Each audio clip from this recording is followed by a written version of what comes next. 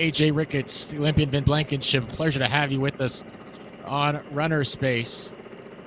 The final stride outs are complete. The men are on the line. Of course, they are going 8K here, the standard collegiate distance. The women will be going 6K to follow. And that will wrap up this Friday evening of competition. The high school races are done and through. Been any takeaways from the first four races today? Any standout performances or things that caught your eye? And it has been an exciting night of races, and under the lights, shoulder-to-shoulder battles, we've had it all. And now the men, collegiate men, are underway. Western Kentucky and Indiana State, the two Division I programs on the course here today. Western Kentucky, out of Conference USA, just completed an appearance at the Southern Showcase last time out, finished 22nd of 48 teams in that race.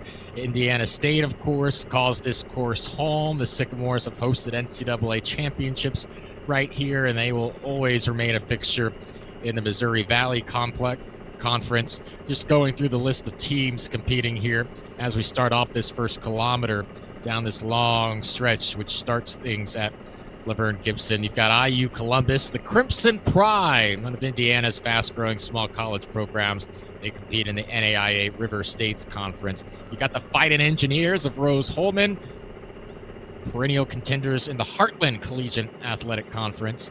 St. Mary's of the Woods, just a few minutes from this course. They built one of the more consistent NAIA programs in the region. Pomeroy's coming off strong showing in the River States Conference. Vincennes, the Trailblazers, one of the state's proud junior college programs, constantly sending athletes to the four-year level. As Western Kentucky out of the gates here quick. More on this athlete in a moment. You've also got Danville Area Community College. They make the trip from Illinois, another strong JUCO program here in the collegiate section. Glendale, Central State, Grace College, and Greenville also a part of the action here today. With a strong start here from Western Kentucky, I believe that's Hollis Johnson, the Hilltopper senior. We'll confirm that in a moment. But a good mix of schools here between D1, JUCO, and NAIA getting to the course here. We got a very strong start here, AJ. Off to a fury. We'll see if this one, we saw this early in the day when the sun was still up, a few athletes taking that hard charge right out of the gates.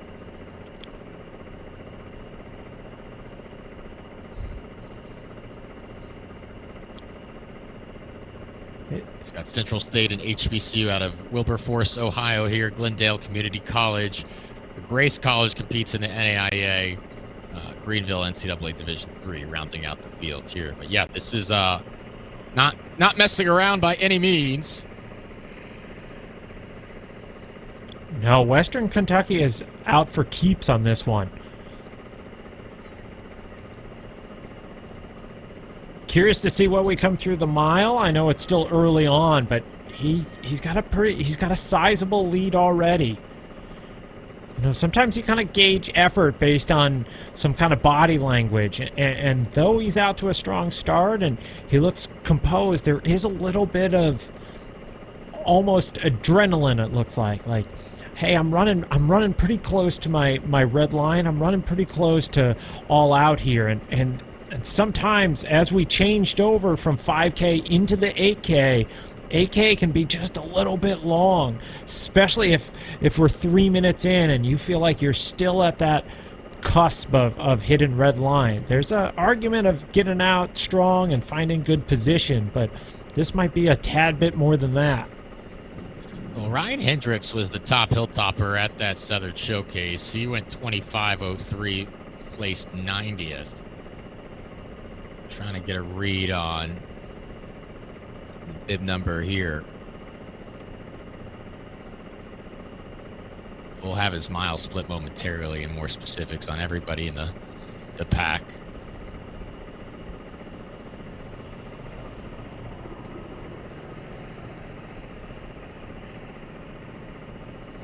Yeah, this is a big bold statement we're taking right out of the gate here, AJ. I believe it's Sadrick Kipkergot of Western Kentucky, who did not compete last time out.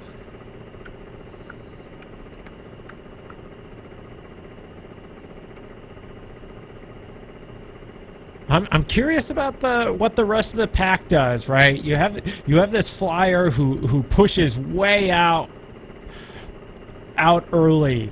You got to be careful if you're kind of in that chase group that you don't become complacent.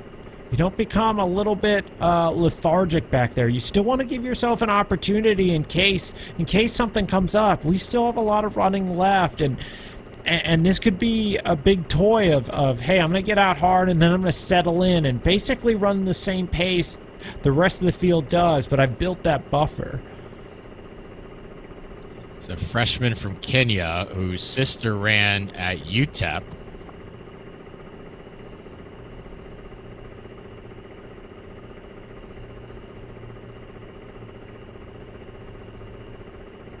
You can see how long that gap is as we kind of hung there for the camera shot.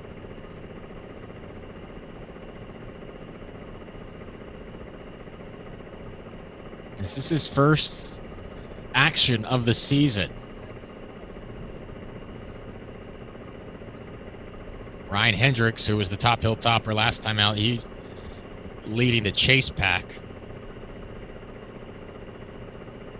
And I want to double check because these mile splits have fluctuated since first reading throughout the evening, but they've listed Kipkergot at a 4:16 mile and Hendricks at 4:30 in the chase pack at 4:31. I believe these might be revised here in a second, because 4:16 might be a little hot. Though he looks like he's out to a hard charge, I have a hard time believing the 4:16.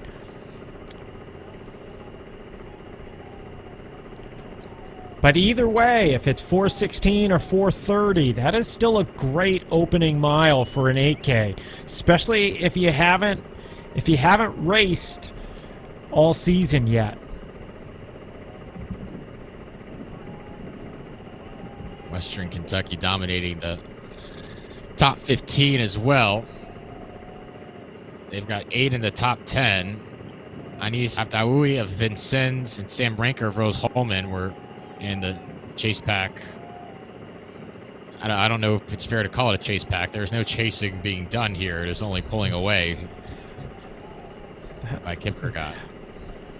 I'm not quote you on that one later, AJ.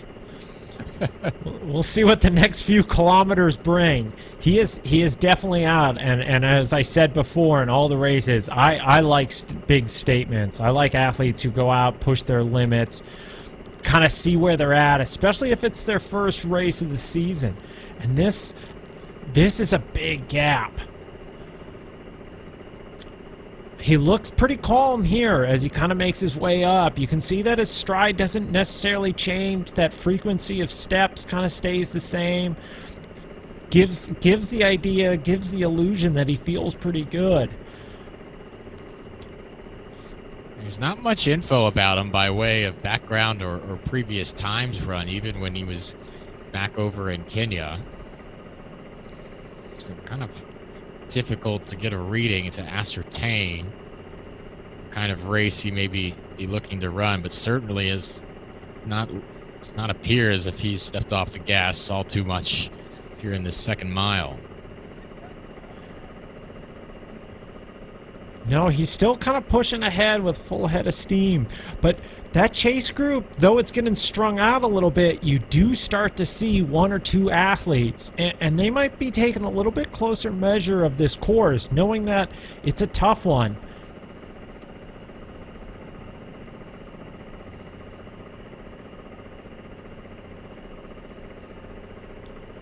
Men's Collegiate 8K. Talk about national headlines on the men's side at collegiate level. Iowa State kind of leading the conversation, picking up right where they left off recently, dominating win at the Gans Creek Classic. Just 47 points in that win. Took down fourth-ranked Virginia by 60 points. Their top three men finished second, sixth, and seventh, respectively. Oklahoma State, Virginia, Colorado also looking impressive out of the gates here in the first month or so of the season. But Western Kentucky is always a factor in Conference USA, which has added a couple new programs this year. As Delaware and Missouri State have made their way to the Division I level. Kennesaw State last year. Western and Bowling Green, Kentucky, looking to be a factor at the conference level.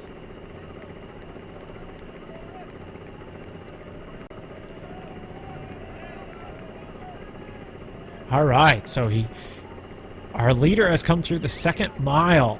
You know, the first miles have stayed the same on paper at that 4:16, and the second mile, you know, it's hard to believe was a 5:22, which goes back to our JV's entry of a minute difference between the first and second mile. Though I think it was slower, his cadence doesn't indicate that it was that much slower, unless I am potentially blind and he got out that much faster in that first K. He was ripping it out of the gates, but he is a commanding lead here, 2 miles in of this 5-mile race. But what I notice here, and I'm doing a little bit of guesstimation, is that chase pack hasn't slowed down as much, right? They came through that second mile in about a 5:27, 5:30 to his 5:20, which kind of indicates that, yes, he's still moving ahead. Yes, he's progressing, but it's not as significant as it was that first mile.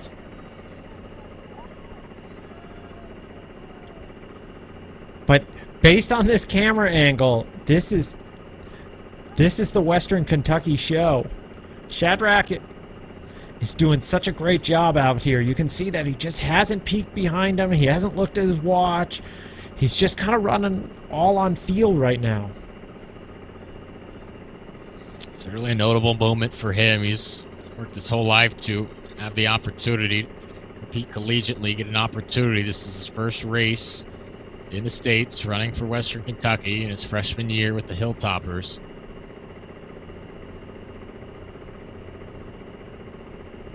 Quick glance at the watch. The lone Kenyan on this cross-country roster.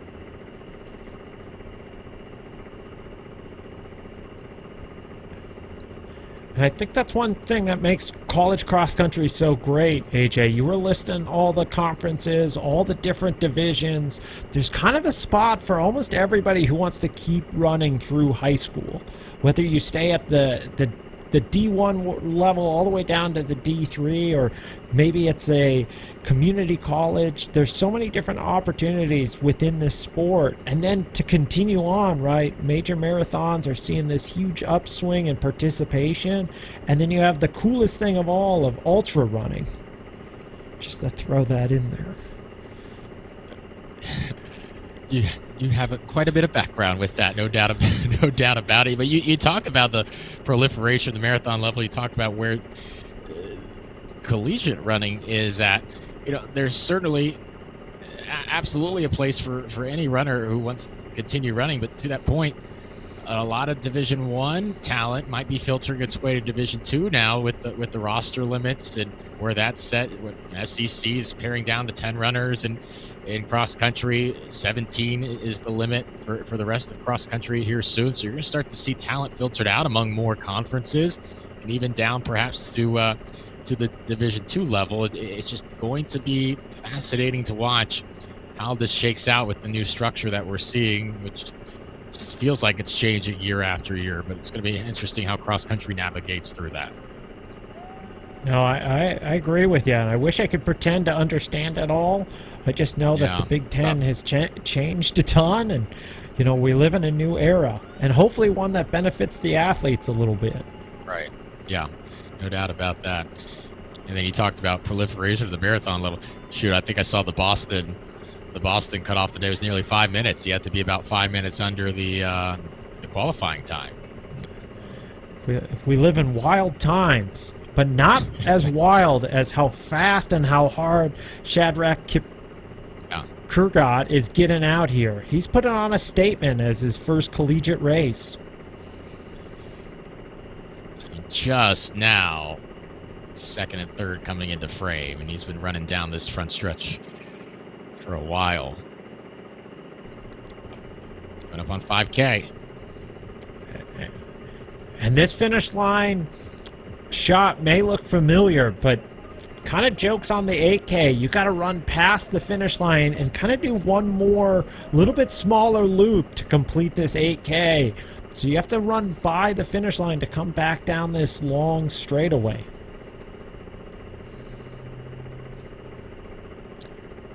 A similar feeling when you're running a marathon and the half marathon splits off to your left as you cross 13.0. So it's not my time yet. Now that's where the fun begins. Truly. Kip Kurgat, again, 9:38 through 2 miles, coming up on 5K here.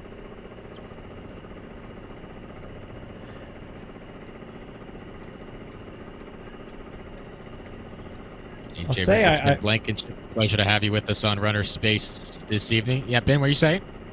Well, I was just going to go on a little tangent here and say that I've had the opportunity and privilege to be on the call and participate in a lot of cross-country races, but this is the first one I've seen under lights, and there's a little bit of different flavor to it, and one I really enjoyed.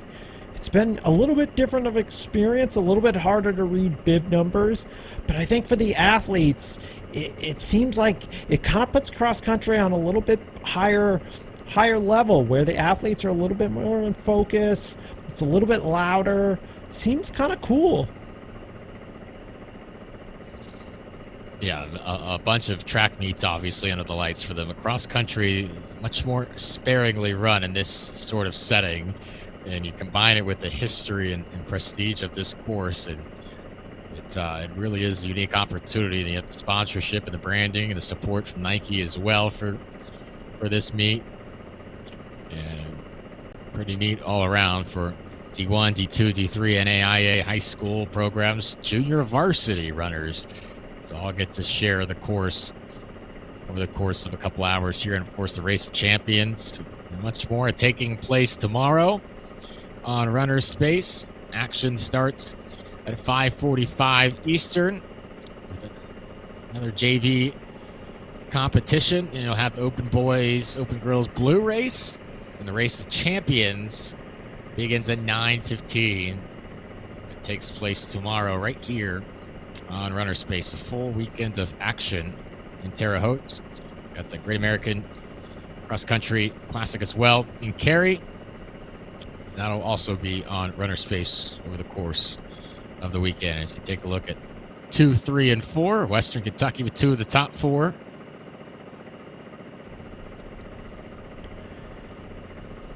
And it looks like that looks like that chase pack has been shaken up a little bit. We have a couple of new athletes who have kind of presented themselves, and hopefully we'll get a camera angle on them at some point.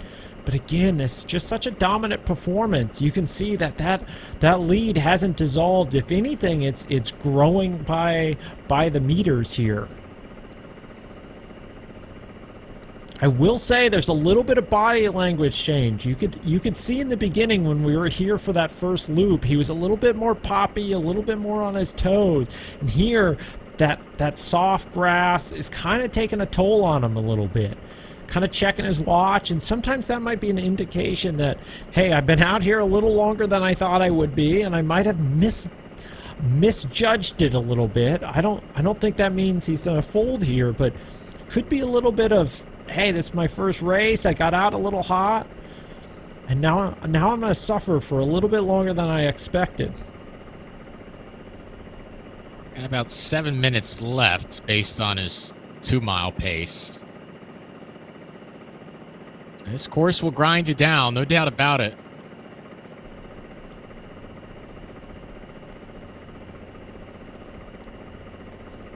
More difficult to do, obviously, in a scenario like this. The whole race, start to finish, by himself, him and the John Deere. first collegiate race for the freshman as well. But even having that, Gator John Deere up front kind of helps him, kind of gives him something to focus on. There's somebody else there with him. Kind of gives him a little bit of a pacer to some degree. And sometimes when you're one of those athletes in second or third, and you start to kind of get strung out a little bit, there's a little bit of no person zone where you're not getting pushed forward, and there's nobody really behind you. But he gets a little bit of company up front.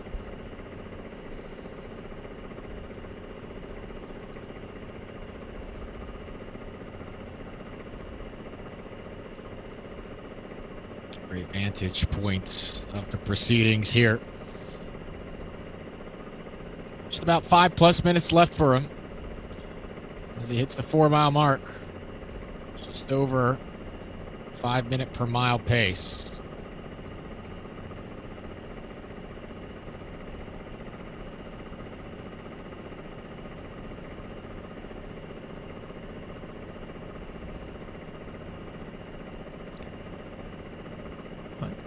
Be really interested to see what his next competition is if he races in the next one, and how he paces that one out, any adjustments that are made, how much he can extend the kind of pop we saw in the first mile and a half throughout the course of a second race.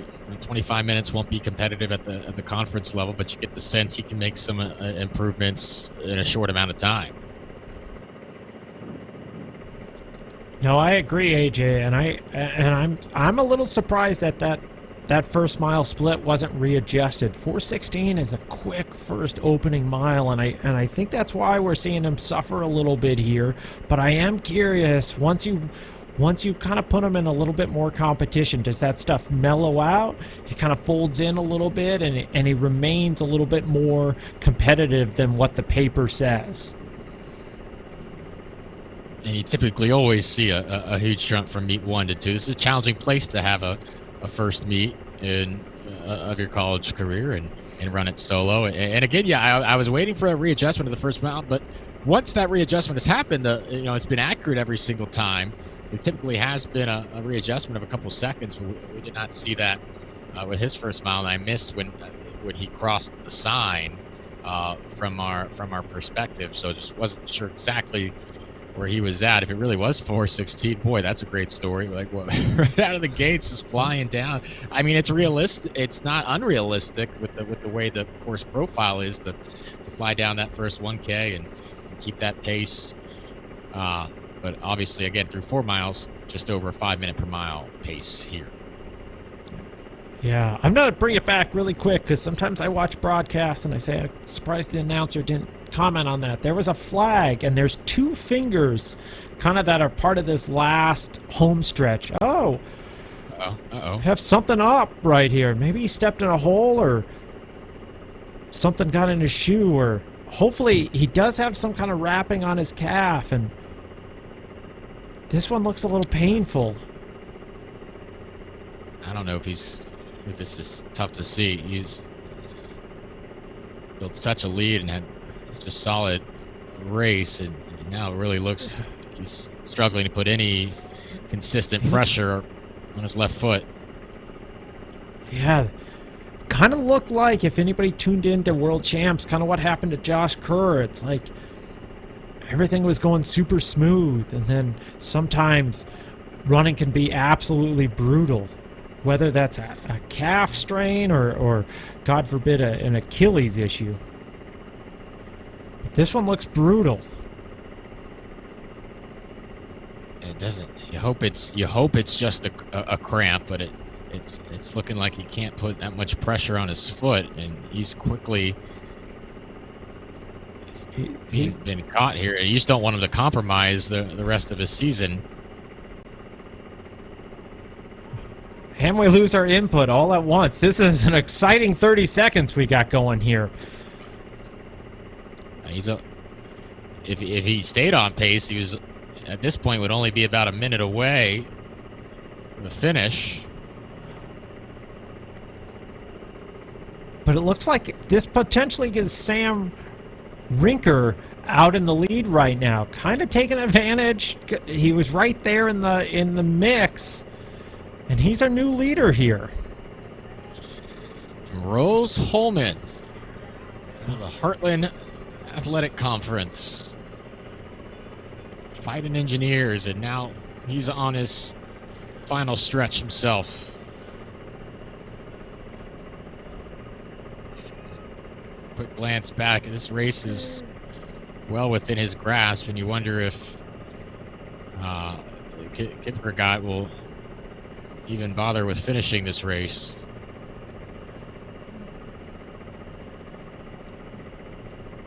We wish him all the best.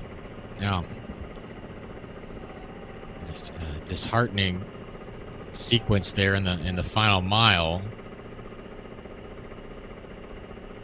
The first collegiate race was on track to win it in his freshman campaign. And the Kenyan, whose sister ran for UTEP. But instead, at this juncture, it looks like Sam Rinker will be the man to take the top spot. One more glance back. Representing Rose Holman, Sam Rinker here in Nike Town Twilight, taking the men's collegiate section, just under 25:40.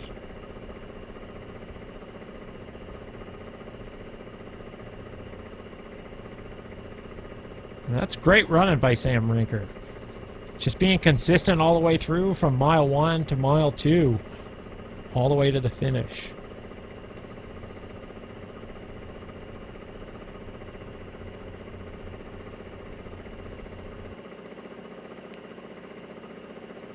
Western Kentucky now has 2 through. We'll have 3 in a moment. Hollis Johnson, the top hill topper, 25:54. Jake Younger, Trevor Hudnall, Sam Herbig follow him. Abdawi of Vincennes wound up in second. And Hendricks, who led Western in their first meet, number 5 on the squad here today, 26:28. So it does not look like got to the finish. Certainly hope he is okay moving forward. Western Kentucky now with 7 in, 8 following in a moment.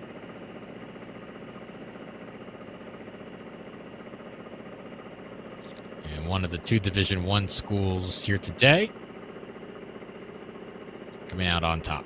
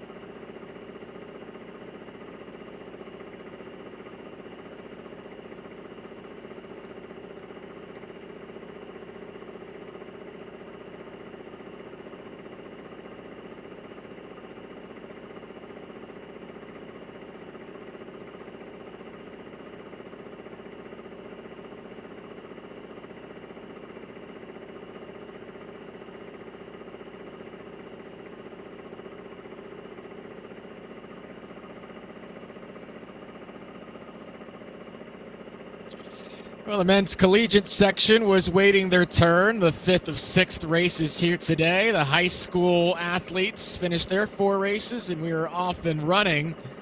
And out of the gates, Western Kentucky, Kipka was pulling away from the rest of the field, had a 100-meter gap quickly, and it looks like this race was his to win, and part of a Western Kentucky dominant effort. They did take the team title here today, but watch right here. This was on the final mile, just a couple minutes to go. As left foot, it looks like, unable to put as much pressure on it the rest of the way. He tried to go about another quarter mile, ultimately pulled out of the race. No need to try to gut through the finish line in what was just his first race of his collegiate campaign. Sam Rinker takes advantage of it, crosses the finish line first for Rose Holman, but Western Kentucky places 8 in the top 10 en route to scoring 25 points. Rose Holman in second, Grace tentatively, unofficially in third. Girls collegiate race coming up shortly here on Runner Space.